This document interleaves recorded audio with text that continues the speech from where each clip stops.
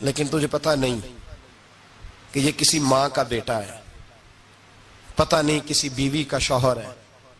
ایک ہمارے دوست ہیں، بزرگ ہیں، ان کا داماد فوت ہو گیا، نشہ کرتا تھا، تو میں تعزیت کرنے ان کے گھر پہنچا تو کھڑے ہو گئے ہاتھ باندھ کے، کہنے لگے حضرت صاحب باقی ساریاں گلاں چھڑ دیو، صرف نشے تے تقریر کریا کرو۔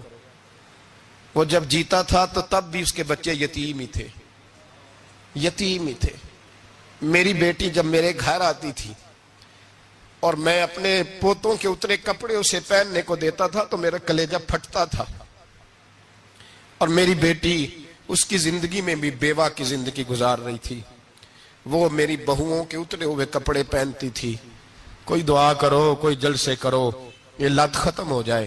اور کہنے لگا اب میرے وہ چلا تو گیا ہے، دادا دادی اس کے پہلے کوئی نہیں، چچا ہے کوئی نہیں، جب تک تو میں زندہ ہوں ان نواسوں کو کوئی روٹی کا لقمہ، کوئی کپڑا مل جائے گا، لیکن سوچتا ہوں میں بوڑھا ہوں، مر گیا تو ان کو کوئی پوچھے گا بھی نہیں، کون ان کی خبر۔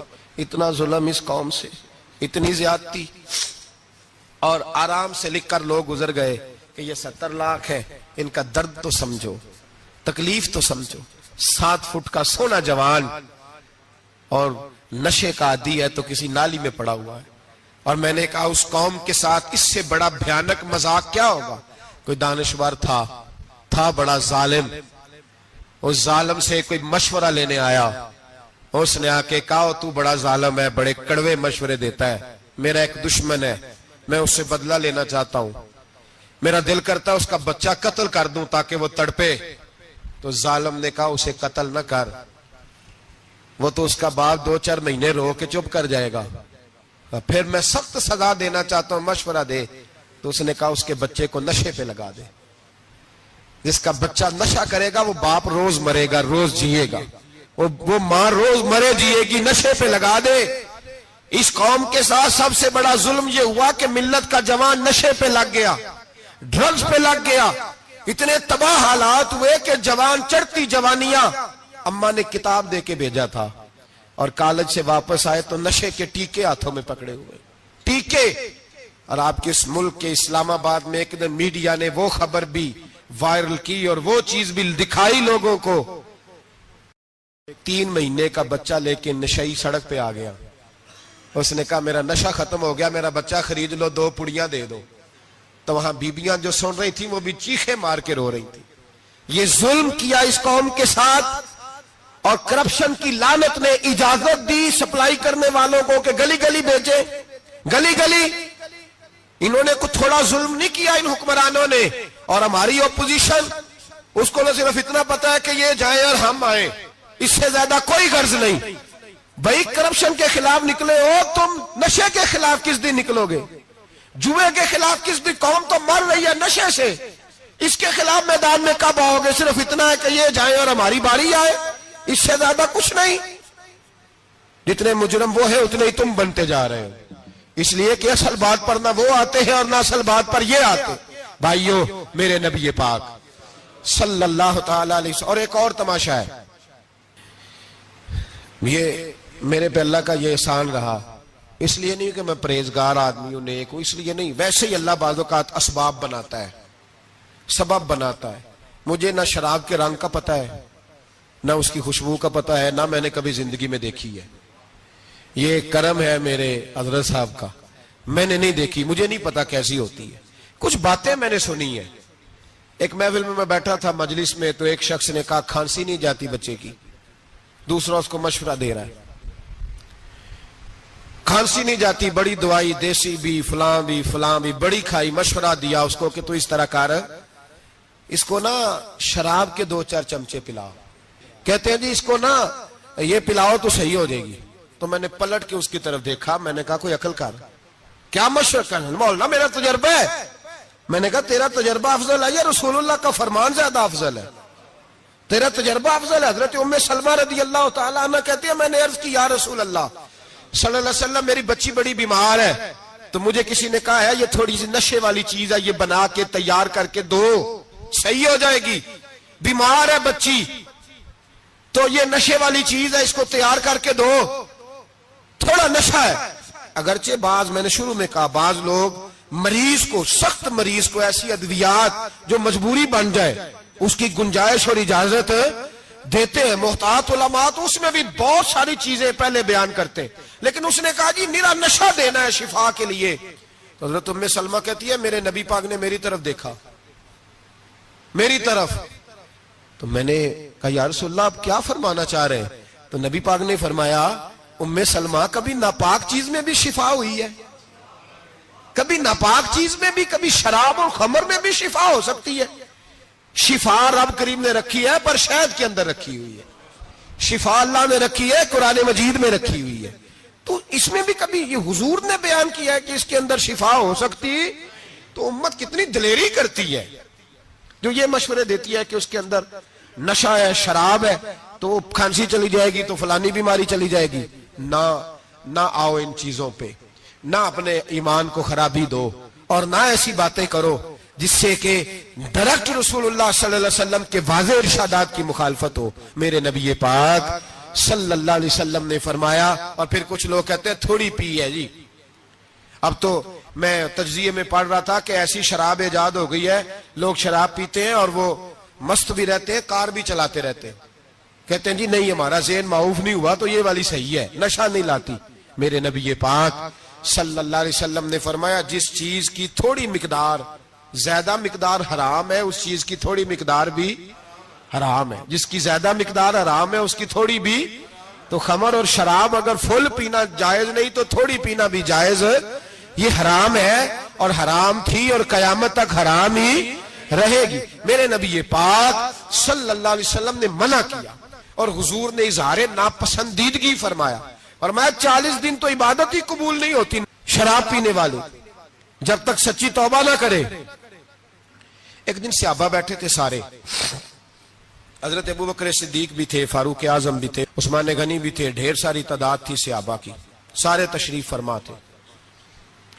حضرت عبداللہ ابن عمر رضی اللہ تعالیٰ عنہ حدیث کے راوی ہیں اور مستدرک للحاکم کے اندر، ابن حبان کے اندر یہ روایت موجود ہے. فرماتے صحابہ نہ بات کر رہے تھے اور بات یہ کر رہے تھے کہ یار لوگوں کو گناہوں سے کیسے روکا جائے، لوگوں کو گناہوں سے گفتگو. صحابہ یہ کر رہے تھے. عبداللہ ابن عمر کہتے ہیں بیٹھے تھے اور یہ گفتگو کر رہے تھے کہ گناہوں سے پلاننگ جی ہوتی تھی. ان کی جو محفلیں ہوتی تھی نا بیٹھ کے، وہ خوش گپیاں نہیں ہوتی تھی بلکہ وہ تبلیغ کی، جد و جہد کی، لوگوں کو برائی سے منع کرنے کے لیے بیٹھتے تھے، اس پر منصوبہ بندی کرتے تھے، پلان کرتے تھے، آگے ترتیب دیتے تھے. گفتگو ہو رہی تھی تو اب آپس میں بات ہونے لگی کہ کون سا گناہ زیادہ برا ہے جس پر سب سے پہلے کام کیا جائے. تو دور ایک صحابی بیٹھے تھے، ان کا نام تھا عبداللہ ابن عمر. ایک عبداللہ بن عمر ہے اور ایک عبداللہ ابن عمر ہے. حضرت عبداللہ ابن عمر دور بیٹھے تھے، بڑے سمجھدار سیانے باریک بین آدمی تھے. تو حضرت عمر فاروق اپنے بیٹے سے کہنے لگے جا عبداللہ ابن عمر سے پوچھ کے آ کہ سب سے سخت گناہ کون سا ہے. توجہ ہے میرے بھائیوں، ادھر دیکھیے گا میری جانب، پوچھ کے آ کہ سخت گناہ کون سا ہے. عبداللہ بن عمر رضی اللہ تعالیٰ عنہ کی خدمت میں جب عبداللہ ابن عمر گئے تو جا کے کہنے لگے کہ صحابہ پوچھتے ہیں کہ آپ نے زیادہ وقت گزارا ہے نبی رحمت صلی اللہ علیہ وسلم کے پاس، تو بتلائیے برا گناہ کون سا ہے، سب سے سخت گناہ، تاکہ سب سے پہلے اس پر پابندی لگائی جائے، اس پر محنت کی جائے. تو حضرت عبداللہ ابن عمر کہنے لگے صحابہ کو جا کے بتا دو کہ سب سے برا گناہ شراب پینا ہے، سب سے برا گناہ، اور یہ ام الخبائث ہے، برائیوں کی جڑ ہے، گناہوں کی ماں ہے، یہ بنیاد ہے، باقی گناہ اسی سے شروع ہوتے ہیں. کہتے ہیں میں نے آ کے بتایا تو حضرت ابوبکر صدیق رضی اللہ تعالیٰ عنہ سیدنا فاروق اعظم کہنے لگے خود جاتے ہیں، ان کے پاس خود جاتے ہیں، چونکہ ہم نے بات سننی ہے ہم خود جاتے ہیں اور ان سے جا کر کے سوال کرتے ہیں کہ اگر آپ کو اس تفصیل کا پتہ ہے نا تو اس کے پیچھے بھی کوئی تفصیل ہوگی جو میرے نبی پاک نے بیان کی ہوگی صلی اللہ تعالی علیہ وسلم. اس تفصیل کا بھی آپ کو پتہ ہوگا جو نبی پاک نے بیان کی ہوگی، اس بات کے پیچھے جو بیک گراؤنڈ ہے، جو پس منظر ہے. فرماتے ہیں کہ ہم اٹھے، عبداللہ ابن عمر کے پاس گئے، ان سے جا کے پوچھا کہ جناب آپ نے یہ تو فرمایا ہے شراب ام الخبائث ہے، تو اس کے پیچھے پس منظر کیا ہے؟ تو عبداللہ ابن عمر کہنے لگے یہ میں نے اپنے پاس سے نہیں کہا، یہ میں نے نبی پاک سے سنا ہوا ہے حضور سید عالم صلی اللہ علیہ وسلم بیٹھے تھے تو حضور نے فرمایا شراب یہ نشہ یہ برائیوں کی ماں ہے. اور پھر حضور نے ایک مثال بیان فرمائی. نبی رحمت علیہ السلام نے فرمایا بنی اسرائیل کا ایک واقعہ ہے. ایک خوبصورت جوان تھا تو ایک عورت کا دل آ گیا اس پر. یہ یاد رکھ لیں, ہم لڑکوں کو منع کرتے رہتے ہیں لیکن ہمیں گھر کی بچیوں پر بھی توجہ دینی ہوگی, ہمیں ان کے فون پر بھی نگرانی کرنی ہوگی, ہمیں وہاں بھی غور کرنا ہوگا. اس لیے کہ اگر کوئی بچی گنجائش نہ دے تو میرا خیال ہے کہ لڑکا جرت کرنے کی طاقت نہیں رکھتا. تو وہاں بھی ان کی اماں سے کہے کہ پابندی لگائے, بچی کسی کا موبائل لے کر کے کہیں اس کو استعمال تو نہیں کر رہی, اس پودے پر بھی توجہ دے, درخت بننے سے پہلے اس کی بھی نگرانی کریں, یہ بھی بڑا ضروری کام ہے. عورت کا دل آ گیا تو نبی پاک علیہ الصلوۃ والسلام فرماتے اس نے کوئی بہانہ لگایا, کسی کو کہا کہ اس نوجوان کو بلا کے لاؤ, اس کو کہو کہ ہم نے کوئی گواہی لینی ہے تجھ سے. وہ نوجوان آیا, ایک کمرے میں داخل ہوا تو اگلے کمرے میں لے گئے, وہاں داخل ہوا تو اس سے اگلے کمرے میں لے گئی, وہ داخل ہوا تو اسی طرح 7 مکفل کمروں میں لے گئی.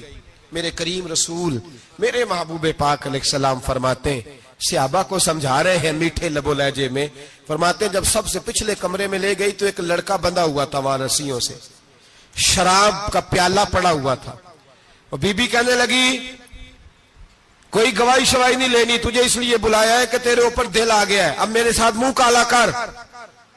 تو وہ جوان کہنے لگا نہیں, میں نے اپنے نفس کو پاک رکھا ہوا ہے, میری نظر بھی پاک ہے, دل بھی پاک ہے, اور اس کی برکت یہ ہے کہ رب نے میری روح کو بھی پاک رکھا ہوا ہے, تو میں یہ حرکت نہیں کر سکتا. پاک لوگ پلید کاموں کی جانب توجہ نہیں کرتے, میں یہ حرکت نہیں کر سکتا. اقبال نے اپنے بیٹے کو دعا دی تھی, اس نے کہا تھا حیا باقی نہیں ہے زمانے کی آنکھ میں, خدا کرے کہ رہے تیری جوانی بے داغ, خدا کرے کہ رہے تیری جوانی بے داغ. کہا میرے ساتھ منہ کالا کر, اس نے کہا میں نہیں کرتا. کہنے لگی چل پھر اس کو قتل کر, اس کو میں نے باندھا ہوا. اس نے کہا میں قتل کیوں کروں, میری کیا دشمنی ہے. کہا پھر شراب پیو, کہا میں شراب بھی نہیں پیتا. تو کہنے لگی اب تو میں نے تجھے اپنے چنگل میں پھانس لیا ہے, اب تو یہاں سے بچ کے جا نہیں سکتا, اور اگر تو باہر جائے گا تو میں شور کروں گی, لوگ جمع کروں گی, اس نے میری عزت آبرو پہ ہاتھ ڈالا ہے, تو بچ تو نہیں سکتا, ایک کام تو کرنا پڑے گا. محبوب فرماتے اس نوجوان نے سوچا کہ زنا بھی بہت بڑا جرم ہے, قتل بھی بہت بڑا گناہ ہے, چلو اب مجبوری ہے تو شراب پی لیتا ہوں. لیکن وہ سمجھا نہ کہ شراب تو بنیاد ہے. اس نے ایک پیالہ جو پیا, کہنے لگا ایک اور دے دو, دوسرا پیا تو کہنے لگا ایک اور دے دو. اب 3 پیالے 3 بوتلیں شراب جو پی چکا تو خماری چڑھ گئی. اب اس عورت کے قریب جانے لگا کہ میں تیرے ساتھ زنا کروں گا. اس نے کہا جب تک میں قریب نہیں آنے دوں گی جب تک تو اسے قتل نہ کرے. اس نے اسے قتل بھی کیا, زنا بھی کیا. تو محبوب فرمانے لگے یہ قتل اور زنا جو ہوا ہے تو یہ شراب کی وجہ سے ہوا ہے. گویا شراب وہ جرم ہے جو قتل بھی کرائے گی, جو زنا بھی کرائے گی. اور اگر آپ نشئی کو دیکھیں, اگر آپ شرابی کو دیکھیں تو کیا وہ ڈکیتیاں نہیں کرتا پھرتا, وہ چوریاں نہیں کرتا, وہ اپنی ہی ماں کا زیور نہیں بیچ آتا, وہ اپنی ہی بہن کا پڑا ہوا جہیز نہیں بیچ آتا, وہ اپنے ہی گھر میں ڈاکے نہیں ڈالتا, وہ اللہ کے گھر مسجد میں آ کر کے چوری نہیں کرتا. وہ صرف اس لیے کرتا ہے کہ یہ نشہ, یہ شراب, یہ ماں ہے گناہوں کی, یہ جڑ ہے. ملت کے لوگوں یاد رکھو, اس امت اس پاکستان کے ساتھ جہاں بہت سارے ظلم ہوئے, وہاں بڑا ظلم یہ ہے کہ بہت بڑا طبقہ جوانوں کا نشے کا عادی ہے. وہ نشہ انہیں عشق مجازی اور عورتوں کے عشق کی جانب لا رہا ہے. وہ نشہ چوریاں کرا رہا ہے, قتل کرا رہا ہے, ڈکیتیاں کرا رہا ہے. بہت بڑے ظالموں نے بہت بڑے ہاؤس بنائے ہوئے ہیں جن کے اندر شراب فراہم کی جاتی ہے, نشہ دیا جاتا ہے. میں نے تو ایسے ایسے لفظ سنے کہ الیکشن کے دنوں میں ووٹ لینے کی خاطر سیاستدان انہیں نشہ فراہم کرتے ہیں, انہیں باندھ کے رکھتے ہیں, روز تمہیں پڑیا ملے گی, ووٹ ہمیں ڈالنا. اتنا ظلم, اتنی زیادتی, اتنا جبر, ایک انسان کے ساتھ کھیلنا. لوٹ آؤ, پکڑو ان کا دامن, اپنے گھروں کو بچاؤ, اپنے دوستوں کو بچاؤ. جاگو جاگو امت کے لوگوں جاگو.